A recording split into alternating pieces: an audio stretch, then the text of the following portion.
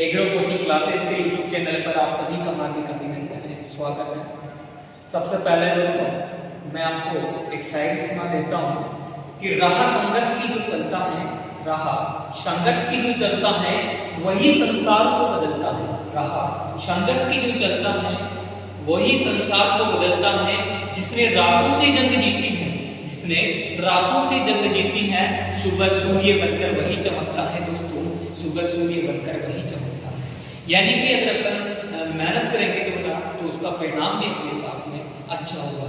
बेटा आज मैं आपको सिखाता हूँ कि जो प्लांट्स होते हैं, जो पौधे होते हैं, बच्चों को दिक्कत आती है, जैसे कि कृषि परिवेशन में भी क्वेश्चन आता है, जेट में भी क्वेश्चन आता है कि जैसे पौधों की संख्या कैसे निकाली जाती है।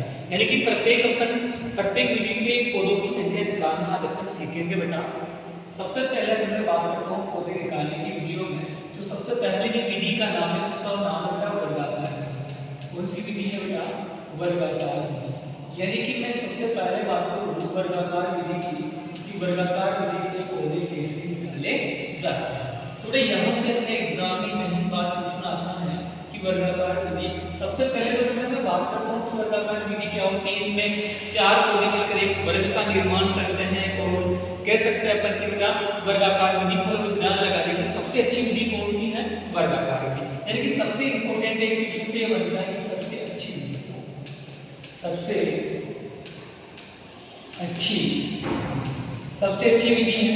अब इसमें से कैसे पौधों की संख्या निकालते ना सीखें। तो सबसे पहले देखो अपने इस प्रकार से प्रश्न आता है कि एक किसान एक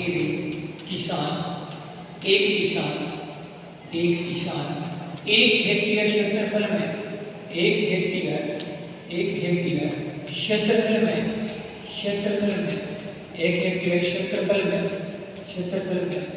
10 × 10 मीटर के हिसाब से 10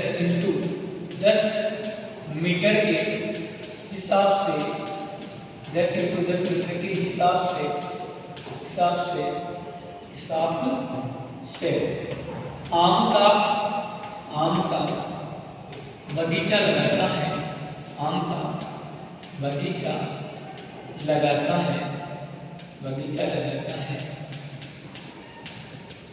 है। तो पौधों की संख्या कितनी होगी? पौधों की संख्या यानी कि अपन को क्या ज्ञात करना है बेटा? पौधों की संख्या ज्ञात करना है।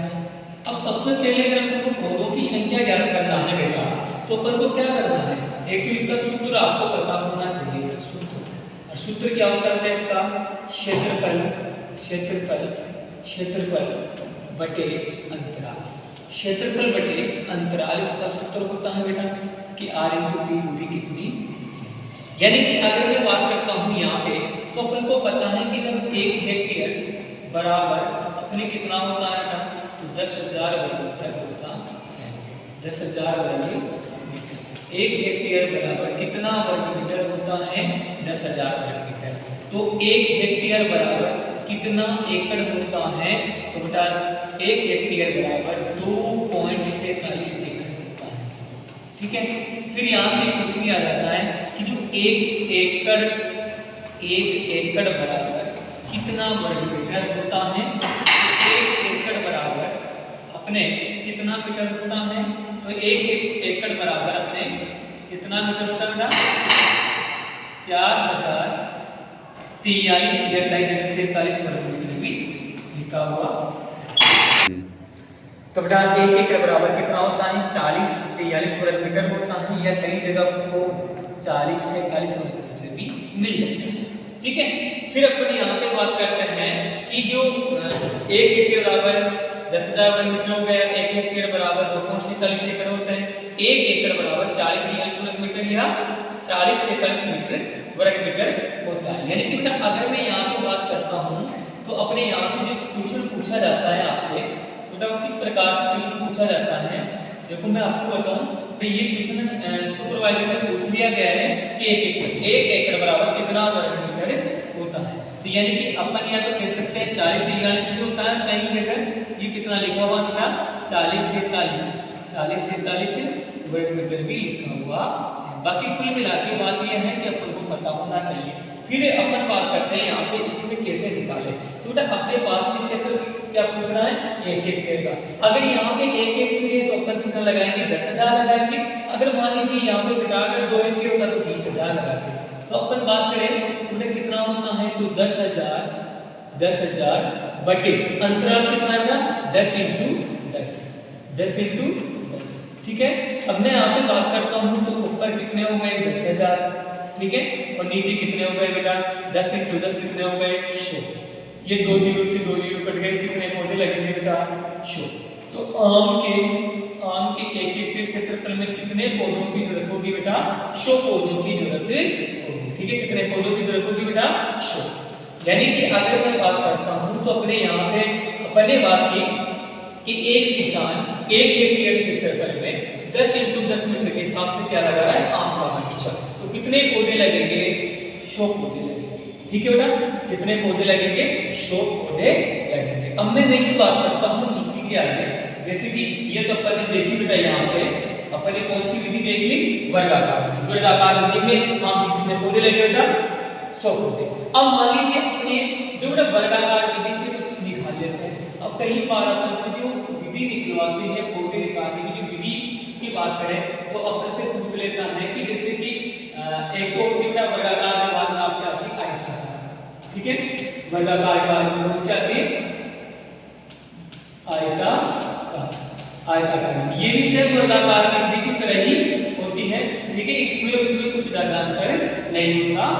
इसके बाद आती है आपकी त्रिभुजाकार विधि। अब त्रिभुजाकार विधि होती है बेटा, त्रिभुजाकार विधि, इस विधि के अंदर क्या होता है कि इसमें 3 पौधे मिलकर एक त्रिभुज का निर्माण करते हैं और इसमें अन्य विधियों की तुलना में यानी वर्गाकार विधि की तुलना में 11% कम पौधे लगाए जाते हैं। 11% क्या कम पौधे लगाए जाते हैं त्रिभुजाकार विधि में। नेक्स्ट विधि की अगर मैं बात करता हूँ तो नेक्स्ट विधि का नाम है पंचभुजाकार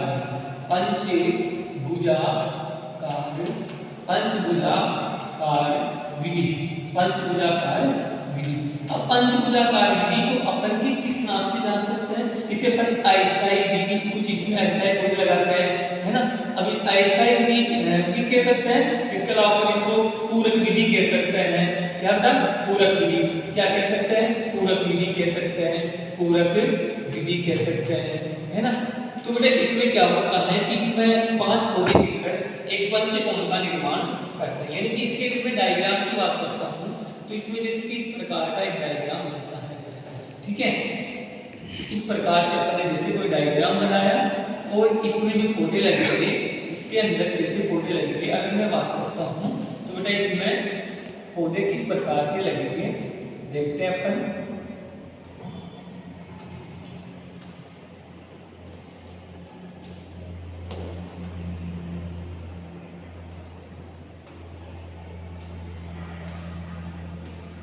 यानी कि बेटा अगर मैं बात करता हूँ इसके अंदर, यानी कि अपन ने जैसे कि अपन को क्या लगाना है, पौधे, तो ये इस प्रकार से पौधे लगेंगे, ठीक है बेटा। तो इसमें क्या होता है, 4 पौधे तो 4 वर्गाकार विधि की तरह लगेंगे, लेकिन एक जो बीच में जो पौधा होगा, एक जो बीच का पौधा होगा वो बेटा थोड़ा सा क्या होगा, अलग होगा, यानी कि अस्थायी पौधा होगा। कैसा पौधा होगा ये बीच वाला पौधा, इसे बोलेंगे अपन अस्थायी पौधा, अस्थायी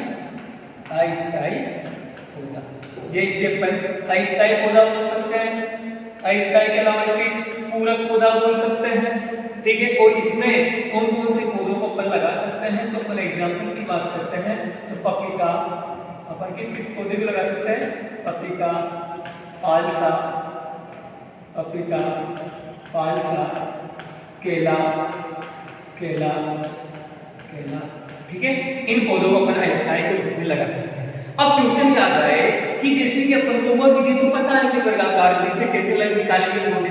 अब अगर क्वेश्चन आ गया कि पंचभुजाकार विधि से पौधे कैसे निकालेंगे, जैसे अपन एक सेम सिस्टम वर्गाकार विधि की तरह ही होता है। जैसे मान लीजिए अपने कोई भी क्वेश्चन आ गया, जैसे कि अपन बात करते हैं आगे इसी के संदर्भ में, जैसे अपन ने बात की कि कोई भी विधि है, जैसे कि माना कि अपन ने आम की ही ले ली या फिर अपन ने आम की विधि ले ली कि 1 हेक्टेयर क्षेत्रफल में आम का बगीचा लगा रहा है कोई किसान, और वो लगा रहा है 10 × 10 मीटर के हिसाब से, या पर कह सकते हैं 8 × 8 रख लेते हैं, है ना। अपने कोई दिक्कत नहीं, 8 × 8 मीटर के हिसाब से क्या लगा रहा है बेटा, आम का बगीचा, मीटर के हिसाब से क्या लगा रहा है, आम का बगीचा, आम का बगीचा। तो अपन को कौन सी विधि से ज्ञात करना है, बगीचा लगा रहा है और अपन को कौन सी विधि से ज्ञात करवा रहा है, पंचभुजाकार विधि से। अब पंचभुजाकार विधि में क्या होता है बेटा, पंचभुजाकार विधि का अगर अपन बेटा बात करते हैं तो पंचभुजाकार विधि की अपन बात करते हैं, पंचभुजाकार विधि में अपन जैसे ही चर्चा करेंगे आगे, तो बेटा इसके अंदर अपन को क्या है कि अपन को यह पता है कि इसमें एक अस्थायी पौधा अस्थायी पौधा लगता है बीच के अंदर, इसमें वर्गाकार विधि के अपेक्षा थोड़े अधिक ही होंगे, कम तो नहीं होंगे। तो अपन बात करते हैं इसमें, तो बेटा सूत्र तो वही है जिसे हम याद रखते हैं कि क्षेत्रफल बटे अंतराल, क्षेत्रफल बटे अंतराल। पहले तो अपन वर्गाकार विधि से जैसे अपन ने पौधों की संख्या निकाली और वर्गाकार विधि की से अपन ने जैसे ही पौधों की संख्या निकाली तो वर्गाकार विधि की अपेक्षा अपन को पता है कि आम के एक क्षेत्रफल में वर्गाकार विधि से कितने पौधे लगते हैं बेटा, 100 पौधे। ठीक है, अब अपन को किससे ज्ञात करवा रहा है, पंचभुजाकार विधि से। तो बेटा अपन को कुछ भी नहीं करना है, अपन को कुल मिला के 100 में कितने का भाग देना है, 8 का। यानी कि जैसे अपन 8 का भाग देंगे, इसका कोई सूत्र होता है बेटा, लंबाई माइनस 1 इंटू चौड़ाई माइनस 1। ठीक है, अब अपन को यहाँ पे देखना है बेटा, अगर इसमें भाग देते हैं अपन, देखो 8 का भाग लगता है, 8 एकम 8, एक बार 2 बच गए और 8 दूनी 16, लगभग 12 भाग गया। कितने भाग गया बेटा, 12। तो 12 माइनस 1 इंटू 12 माइनस 1, तो अपन कह सकते हैं कि कितने हो गए, 11 इंटू 11, तो कितने हो गए बेटा, 120। तो कुल मिला के अपन बात करें तो जो अब क्षेत्रफल की बात करते हैं, तो जैसे कि अपन जब वर्गाकार विधि से इसमें निकालेंगे तो कितना आएगा बेटा, तो 10,000 बटे 8 इंटू 8 कितने होते बेटा, 64।